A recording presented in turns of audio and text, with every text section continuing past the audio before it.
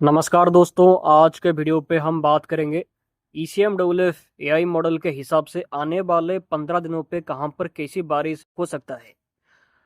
बंगाल की खाड़ी पे नया सिस्टम का फॉर्मेशन कब कर सकता है, उसका ट्रैक इंटेंसिटी का संभावना क्या है, इस पर ये वीडियो पे डिस्कस करेंगे। तो सबसे पहले वीडियो को लाइक और शेयर करके चैनल को सब्सक्राइब जरूर करें और भी ज़्यादा जानकारी ऐसे ही पाने के लिए। तो दोस्तों, ये ECMWF AI मॉडल का मैप है और आज 13 सितंबर है। और अभी फ़िलहाल के लिए भारत के जो मेजॉरिटी पार्ट्स है वहाँ पर कोई ख़ास मौसमी एक्टिविटीज़ फ़िलहाल के लिए नहीं है। अगर हम मैप पे भी देखेंगे तो पूर्वी भारत के कुछ हिस्सों को छोड़ देने के बाद, उत्तर पूर्वी भारत के भी कुछ हिस्सों को छोड़ देने के बाद भारत के जो बाकी राज्य है वहाँ पर कोई ख़ास बारिश फ़िलहाल के लिए यहाँ पर दिखाई नहीं दे रहा है। मौसम साफ है मोस्टली, खास करके जो उत्तर पश्चिमी भारत के और पश्चिमी भारत के राज्यों पे यहाँ पर कोई खास बारिश फिलहाल नहीं है। जो उत्तर प्रदेश, पंजाब, हरियाणा, चंडीगढ़, दिल्ली, उत्तराखंड, हिमाचल प्रदेश, राजस्थान, गुजरात, सौराष्ट्र, कच्छ के साथ आसपास के पश्चिमी मध्य प्रदेश और महाराष्ट्र के भी कुछ हिस्सों पे यहाँ पर मौसम पे कोई बड़ा उतार चढ़ाव नहीं है। यहाँ पर मौसम साफ है और दिन के टाइम पर गर्मी का प्रभाव भी यहाँ पर फील हो रहा है। और यहाँ पर आने वाले 5 से 7 दिनों तक कोई भी खास यहाँ पर मौसम पे बदलाव आने की संभावना नहीं है। और ये एक संकेत है कि मानसून का वापसी का प्रक्रिया शायद इस बार 20 सितंबर के बाद से भी शुरू हो सकता है, क्योंकि बारिश नहीं होगा तो मानसून का विदाई के लिए कंडीशन यहाँ पर फेवरेबल हो सकता है। और नॉर्मली मानसून का जो वापसी का प्रक्रिया होता है वो 20 से 25 सितंबर के आसपास से शुरू होता है।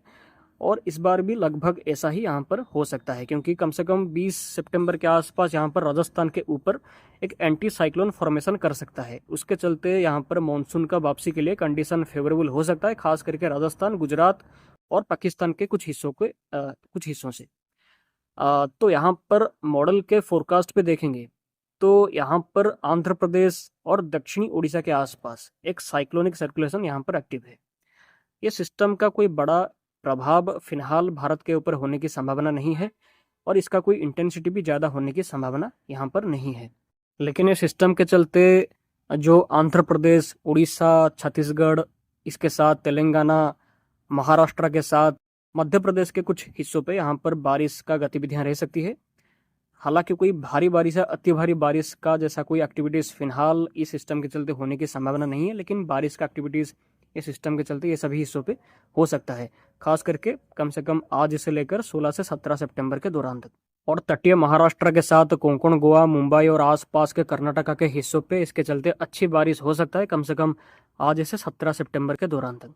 लेकिन आप स्क्रीन पर देख सकते हैं कि कम से कम 17 सितंबर के बाद से उत्तर पश्चिमी भारत के साथ पश्चिमी भारत के बड़े इलाकों पे, खास करके जो उत्तर प्रदेश, पंजाब, हरियाणा, चंडीगढ़, दिल्ली, उत्तराखंड, हिमाचल प्रदेश, पूरे जम्मू कश्मीर से लेकर पूरे उत्तर भारत के सभी हिस्सों के साथ और राजस्थान के साथ गुजरात, सौराष्ट्र, कच्छ के हिस्सों पे भी यहाँ पर और पश्चिमी मध्य प्रदेश के हिस्सों पे भी यहाँ पर मौसम पूरी तरीके से साफ हो सकता है। ऐसा यहाँ पर फोरकास्ट पे साफ साफ देख सकते हैं। और ये चीज़ इंडिकेटिंग कर रहा है कि मानसून का वापसी के लिए ये हिस्सों से कंडीशन फेवरेबल हो सकता है, क्योंकि ये जो संकेत है ये उसी ओर ही इंडिकेटिंग कर रहा है। लेकिन उसी टाइम पर अगर हम देखेंगे तो उसी टाइम पर बंगाल की खाड़ी पे एक नया सिस्टम डेवलपमेंट कर सकता है, कम से कम 25 सितंबर के आसपास। खास करके उत्तर पश्चिमी बंगाल की खाड़ी और नॉर्थ बे ऑफ बंगाल के आसपास पे एक नया सिस्टम का फॉर्मेशन 25 सितंबर के आसपास कर सकता है। आप मॉडल पे देख सकते हैं यहाँ पर। और ये सिस्टम यहाँ पर एआई मॉडल ऐसा इंडिकेटिंग कर रहा है कि सिस्टम इंटेंसिफाई करके डिप्रेशन का इंटेंसिटी भी हासिल कर सकता है 25 से 26 या 27 सितंबर के आसपास। और ये 27 सितंबर के आसपास नॉर्थ उड़ीसा के पास पे क्रॉस भी कर सकता है या उड़ीसा के आसपास कहीं पर भी क्रॉस कर सकता है। अगर ऐसा हुआ तो इसके चलते पूर्वी भारत के बड़े इलाकों पे, खास करके आंध्र प्रदेश, उड़ीसा, छत्तीसगढ़, वेस्ट बंगाल, झारखंड, बिहार, इसके साथ मध्य प्रदेश और आसपास के महाराष्ट्र के हिस्सों के साथ उत्तर प्रदेश के भी कई इलाकों पे इस सिस्टम के चलते बारिश काफ़ी ज़्यादा हो सकता है, खास करके सितंबर के आखिरी हफ्ते के दौरान। और ये सिस्टम का ट्रैक तो फिलहाल पूरा हम देख नहीं सकते, क्योंकि मॉडल का फोरकास्ट मैक्स 15 दिन तक का ही होता है। और 15 दिन के फोरकास्ट तक यही यहाँ पर दिखाई दे रहा है कि 27 सितंबर के आसपास ही उड़ीसा के आसपास क्रॉस कर रहा है। उसके बाद इसका ट्रैक क्या होगा इस पर फिलहाल मॉडल से कोई संकेत नहीं है, क्योंकि 15 दिन का आगे का फोरकास्ट हम फिलहाल यहाँ पर देख नहीं सकते।